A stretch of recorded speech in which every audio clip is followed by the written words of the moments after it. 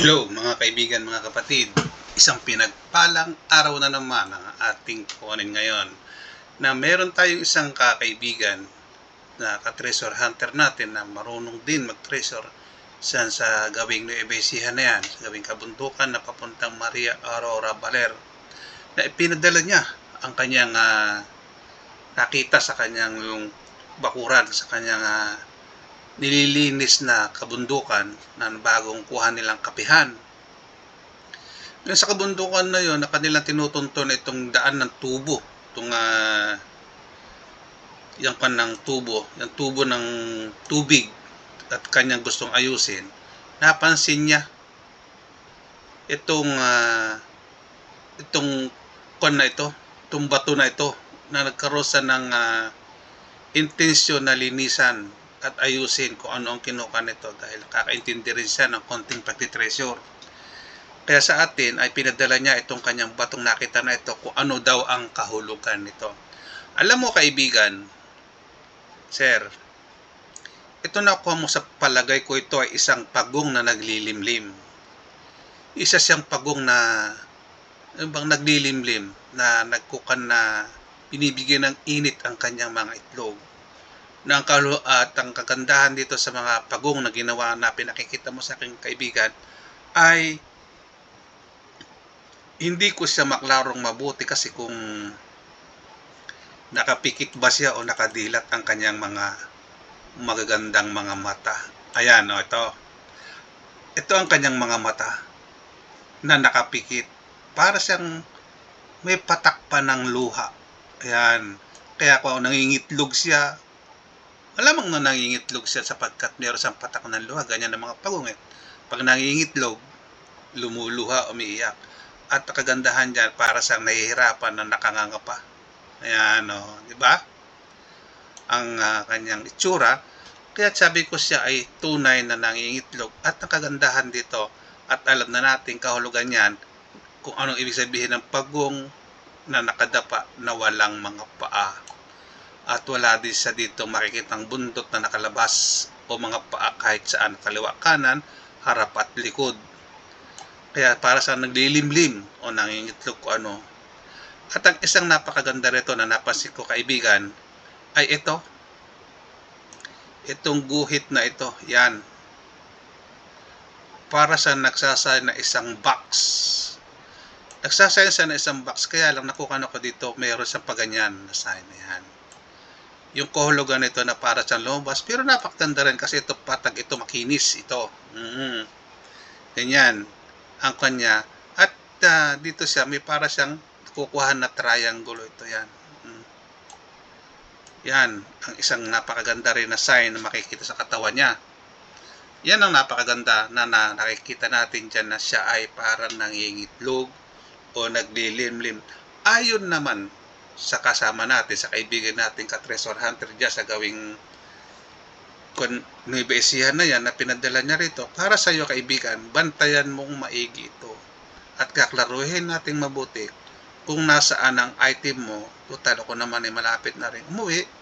Kung gusto mo makapag-iintay ka, hintayin mo kung dadala babasahin natin mabuti yan ng personal, at dadalan ko ng mga gadgets natin yan upang hindi masayang at wala tayong masisirang mga sign o palatandaan na may nakabaon dyan. Once na magkamali tayo, at least kung mayroon man darating na mas marunong sa atin, mas marunong umintindi sa ganito, hindi silang maliligaw. Makukuha natin ang item na yan. At ito pala napansin ko dito kaibigan, sa kwan mo na to, ito palang puwit niya ay nakaangat. Itong gawing puwit na ito, nakaangat pala sa lupa. Ito lang ang nakadikit sa lupa. At itong ito, pakaramdam ko itong puwit na ito ay nakaalasa sa lupa. Yan, hindi siya nakadikit sa lupa na katulad nitong mga ito, nakadikit siya sa lupa. Ito nakaalsa kasi yung ng mga dahon nakapasok sa loob di ba? Nakaangat siya. May mga dahon na nakatago sa ilalim ng ganun Kumbaga, ito na yung pinakabuntot niya, pinakapuwit. Nandun na yung pinakakanya, nandito lang sa loob nito. At aasahan natin mga kaibigan, hindi tayo maliligaw ng landas kapag yan ay ating hinanap. Napakaganda ng kanyang sign at sinasabi, ang kanyang pinahihiwatig. sa lugar na ito. Yan. Dahil nakaalsa. Hindi siya nakadikit. Kumbaga, yung buntot niya, yung pinakatakip niya, nakaalsa sa lupa. At ito lang ang nakadikit sa lupa. Yan lang. Magandang ibig sabihin niyang kaibigan. At yan ang isa natin tatandaan. At dito sa tabi ng kanyang ang kanyang naglilimlim na pagong na to, meron siyang isang nakitang parang bato na gumulong, magmula din dito. Malapit lang yan, halos magkakatabihan lang sila kung saan nandun yung bato na yon. Napakaganda nung kanyang pinakitang mga sign na yon na malalaman natin kung nasaan. Ayan, yung bato na yan. Yung bato na ito ang nagsasabi din na nakita niya na katunayan na ito ay para siyang tinuturo. Nagtuturo siya. Ito para siyang hinlalaki. Para siyang hinlalaki na may tinuturo ito, hinlalaki ito. Ano hintuturo ako pala? Ito kamay siya. Ito yung daliri. Ito siya. Yan. Para siyang may tinuturo doon sa gawi. Ito ang una niyang napansin. Ano nakita niya na yung naglilimlim na pagong na yon. Nung umikot siya, ito napansin niya. Ito daw ay nakatingin mismo, nakaturo doon sa pagong. Kaya kung ako dito, basa ko ito kaibigan, ito pang isang kanyang supporting na sign kaibigan. Ito. Yung triangulo sa ibabaw na ito, na iisa din ang pinupuntirya doon din. At ang kagandahan niyan, kung malalim-lalim sana itong butas na yan. Ito daw ay malalim itong triangle na ito. Itong butas na ito, sabi niya, ay malalim ang butas na yan. Nasa 1 inches daw. Pag sinundot mo ng daliri yan, 1 inches. Ito rin daw, may 1 inches ang lalim. Pagkamukha magkaparas na magkapares daw ang lalim ng butas nito at saka ito. Na tinusok niya ng patpat at sinukat niya sa kanyang mga daliri. Yan ang nakita niya. Ang kagandahan niyan, iisa ang tinutumbok itong mga ito. Ang tinuturo niyan ay ang nakahigang naglilimlim na pagong. Yan ang nakita niya doon sa lugar na yon. Kaya confirm ito kaibigan dahil itong mga may mga sign na bato na ganyan, may triangle na nagtuturo kung nasaan ang pinaka mother point niya.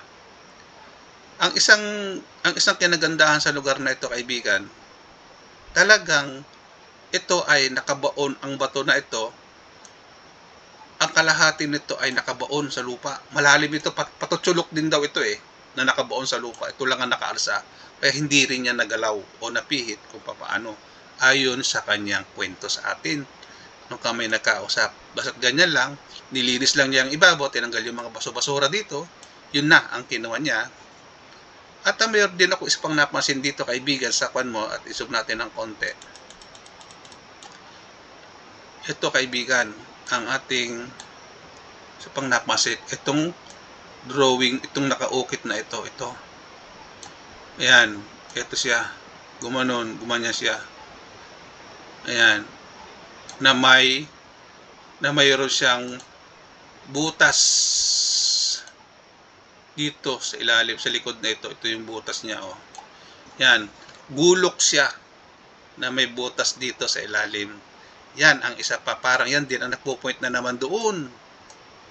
Yan dulo niya kasi nandito yung kanyang dot. Kaya doon ang direction yan. Diba? Hindi rin natin siya pwedeng at katulad niyan kaibigan, meron na naman pala siyang dot doon sa ilalim na yun. Nandito sa lugar na yan yung isang dot niya. Tatlo ang kanyang mamamarisan natin yan na nagpapatunay na naman na yan ay isang legit treasure marker. At ito pa isa mga kaibigan, meron pa rin tayong isang nakitang bagay sa lugar na yan na pwede nating siyang maliwanag na ang nagsasabi na itlog ito ng pagong. Ayan siya. Na nagpapatunay na ito ay isa rin na may laman kasi ito ay binutasan at tinakpan lang ng simyento. Ito. Ang nakakatawa ng sa lugar nila kasi dyan kaibigan, may mga sundalong Hapon na karating, may mga pambutas, pero wala silang panghukay. Kaya lahat ng gamit nila dito, nandito lang sa ibabaw at kung saan sa lang nila, pinasok ng mga butas. Ito ay tinuklap niya ng konti. Itong lugar na ito, tinuklap niya ng konti at sinabi ko, kumuha siya ng konti niyan at pag uwi, kung may Clorox sa bahay nila, hingi niya sa asawa niya para hindi magalit at buhusan niya pag bumula ng malakas. Yan ay simiento. Kapag yan ay ordinaryong bulalang, konting-konting bulalang, bato yan. Pero napakaswerte na kaibigan natin at talagang bumula ng gusto. Itong nakutkot niyang bato na. Pero yung dito sa kumutkot sa ibang parte daw, wala daw. Itong lugar na ito, kinuha din niya, wala, sabi niya, hindi masyadong mabula. Maliban eka, yung binakbak ko dito sa tinuturo mo eka, yan eka ay mabulang-mabula, sabi niya. Kaya ang ibig sabihin ngayon yan, baka ito ay may barid dyan. Kasi naka-ukit na gano'n yan eh. Kung napansin nyo, unahan ko ang mga mata ninyo, na parang ukit siya ng box dyan sa loob ko, hindi kanya lang siya yan. Diba? Okay. Yan ang napakagandang isang sign na pinakita sa atin ng ating kaibigan.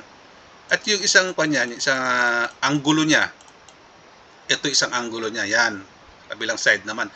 Doon sa kabilang side doon kanina, sa may ito sa may pit niya, sa may tapat ng kahoy na ito, di ba? Sa may kahoy na yan, yan ang isang anggulo niya. Ngayon, ito naman ngayon, ang kabila ng anggulo niya. Kumbaga, yung isang butas kanina is nando sa parte na yun, sa kabila, kanina.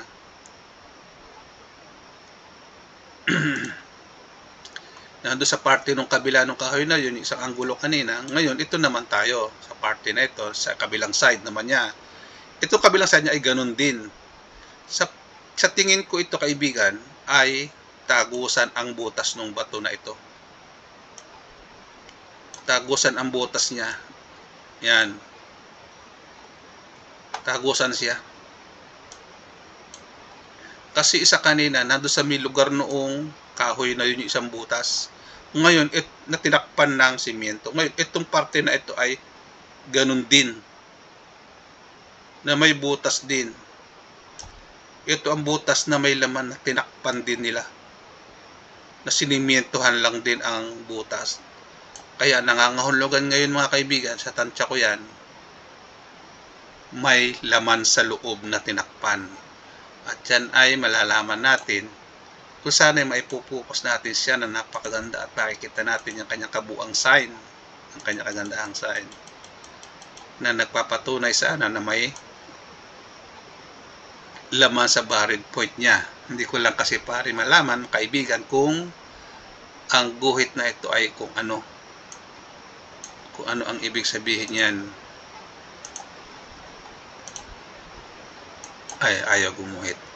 Yan ang gusto kong malaman, kung ano ang ibig niyang sabihin. Ito, kasi medyo malabo-labo ng konti ang guhit niya, hindi ko masyadong mabasa. Napakaganda niyan. At ang isang kagandahan niyan, ano ito? Triangle? Nagumano, no, yan. Yung marami siyang marami siyang sign na magandang tignan, katulad dito para sa may tinakpan na naman, ayan. Nandun ito sa gawing puwitan noong naglilimlim na pagong. Kaya itong tatlong bato na ito na nakitaan natin ng gano'ng kaganda ay napakaswerte natin, at yan ay dapat nating malaman, makuha at maintindihan kung ano ang mga kahulugan ng bato na yan at ang kahulugan pa ng ibang bagay na dapat nating makita. Di ba mga kaibigan, mga kapatid, at maraming salamat sa lahat ng inyong tulong at inyong ang ating like, subscribe at notification bell natin ay pakipindot na rin mga kaibigan. Ang like, maraming salamat sa inyo at naway patnubayan tayo ng Diyos na siyang ating Panginoon na magbibigay sa atin ng ating hinihiling. Salamat po mga kaibigan.